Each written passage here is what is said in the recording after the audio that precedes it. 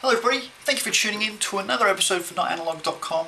Today I'm looking at a phone which I've looked at, almost feel like I've looked at before, but it's the HTC One XL. Now I'm going to link up a previous review I did of the HTC One X because they're so close to being identical, it's not funny. Now this is really for Australian viewers.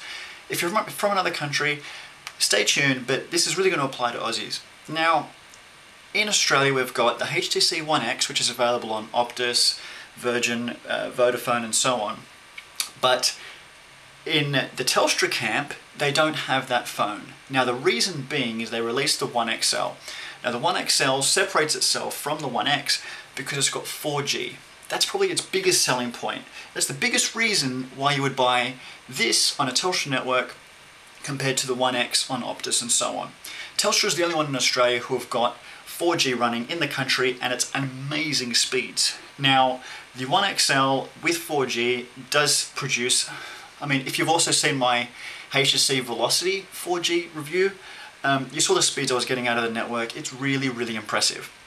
Now, if you don't live in a 4G area but you're with Telstra, you'll still get dual channel HSPA, which is very, very good speeds as well. In some countries, they would consider that to be 4G. But in Australia, dual channel HSPA, very, very fast on the One XL. If you're in a 4G zone, even faster. One of the problems which the One XL experiences compared to the One X is its battery life. It suffers as a result, personally in my opinion, it suffers as a result of having 4G, dual channel HSPA and so on, because if you're in and out of those zones, the phone is continually going from different networks, and every time it reconnects to a 4G or a dual channel HSPA network, it actually drains battery life. Now it's the same thing with, sometimes my phone is with Optus, and I know that if I travel a lot and go between 3G and 2G areas, I'm going to get pretty poor battery life because the phone is constantly negotiating with networks. But with the One X, you don't really have that because it's kind of, 3G or 2G really. The actual specs of the phone are almost identical. One of the biggest differences between them when you look at it on paper is that this is a dual-core S4 Snapdragon processor. Still at 1.5 gigahertz, but only a dual-core. The HTC One X is a quad-core Tegra 3 processor. So people think, well, it's a quad-core, it must be faster. You'd be very, very surprised when I've looked at different benchmarking tests and things like that. And even just using the phone, it actually feels as fast, if not possibly faster. And in some of the benchmark tests, it is faster. This was really something you need to sort of see. Don't believe the hype of quad core is better than dual and so on. It's not the case. It's definitely not the case. Besides that, the camera, the same. You can still have the same amazing features of taking great video and taking photos at the same time, snapping shots, really, really fast photos. It's still got Beats audio built in. The build quality is still good. Either of them don't have expandable memory. Besides that, same front-facing camera, same resolution on the screen, same screen size, same dimensions. One small difference, 1 gram of difference between them. The One XL is actually 1 gram lighter than the One X. Not that you will notice, trust me. The One X comes in a white. This one comes in like a gunmetal grey. I'm calling it gunmetal grey, which I kind of like the look of.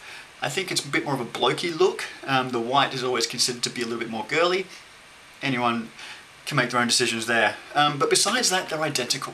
So it really comes down to what's important to you. Do you need to be on a 4G network? If so, you're going to go with Telstra, and if so, you're going to get the One XL. If you're going to be with Optus or someone else because it's cheaper, then you're going to go with the One X.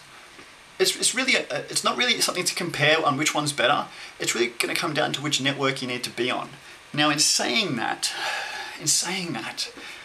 there is another guy in the camp. You've seen me review it before. I've still got it.